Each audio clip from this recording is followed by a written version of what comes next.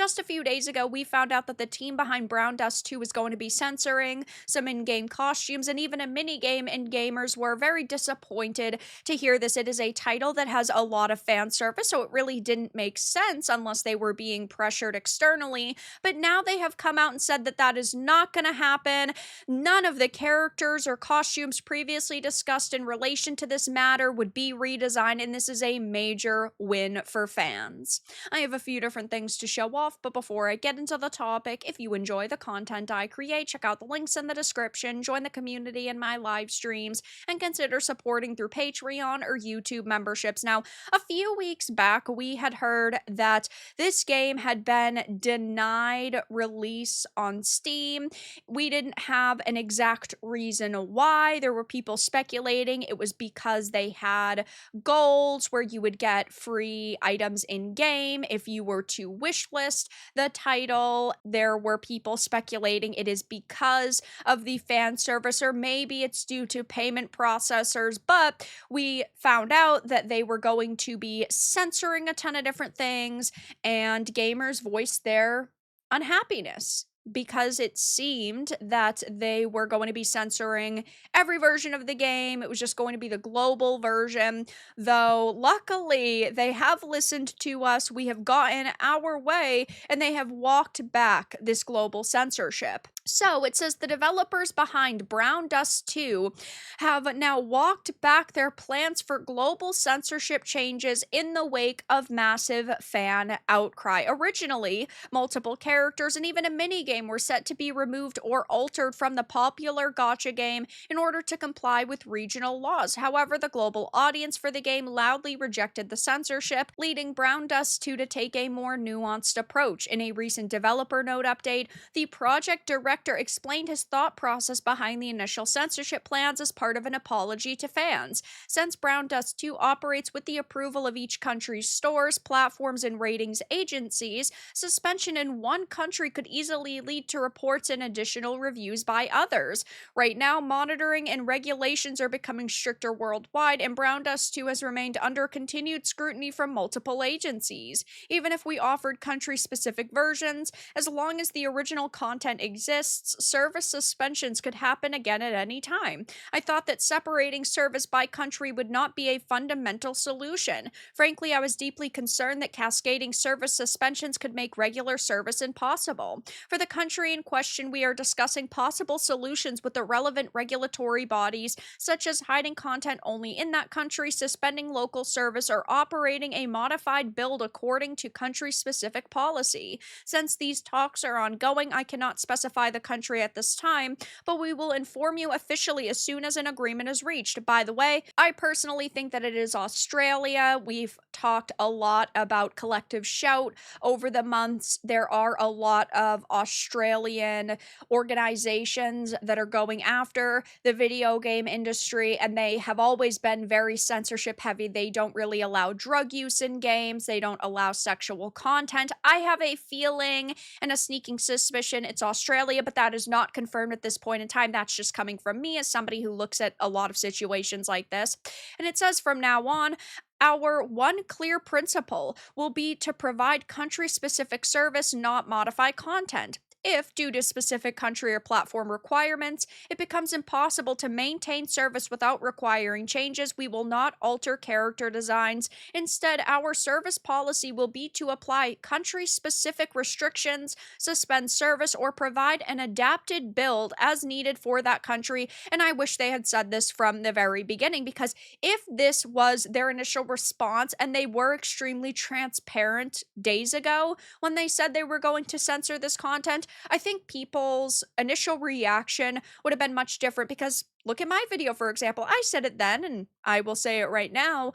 We have dealt with a lot of censorship in the video game industry, and oftentimes companies do want to sweep it under the rug. They don't want people to criticize them, so they release a tiny little update in a set of patch notes where it's buried, and hopefully people won't pay attention to it, and then they'll never address it again because they don't want people talking about it, because it does bring a lot of negative attention to their product. But if you come out and you just tell us, hey, listen, we're doing the best we can. We're going to try to keep the content as close to its original version as possible in every region, but there might be times where that can't happen. And they said that they were having issues with one specific country. I would say we need more information, but they didn't do that initially. Now, I am very glad that they have clarified. I am very grateful that they have tried to give their customers an answer, and I respect that a lot, but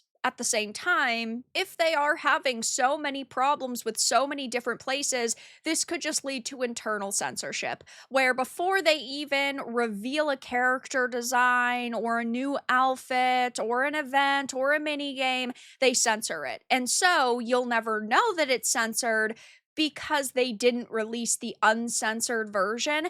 And so, if we do see a major shift in the type of content that is created for Brown Dust 2 over the next year or even 2 years, that could be why. And I'm not saying this to sound like a negative Nancy. I am glad that gamers got a win. I just have a lot of worries, especially for a company that had made such a quick decision to up and censor their game because one country was giving them a problem. I have a lot of respect for them handling the situation, being very transparent, and a lot of gamers are praising them for it, and I love to see that happening. But yeah, I mean, we do still need to be cautiously optimistic. As I said, this has been very positively received by gamers, saying, good, I'm so glad, this is amazing. Well, I'm downloading the game again, and guys, don't forget to change your bad review of the game if you left one. Yeah, the score for this game had gone down very quickly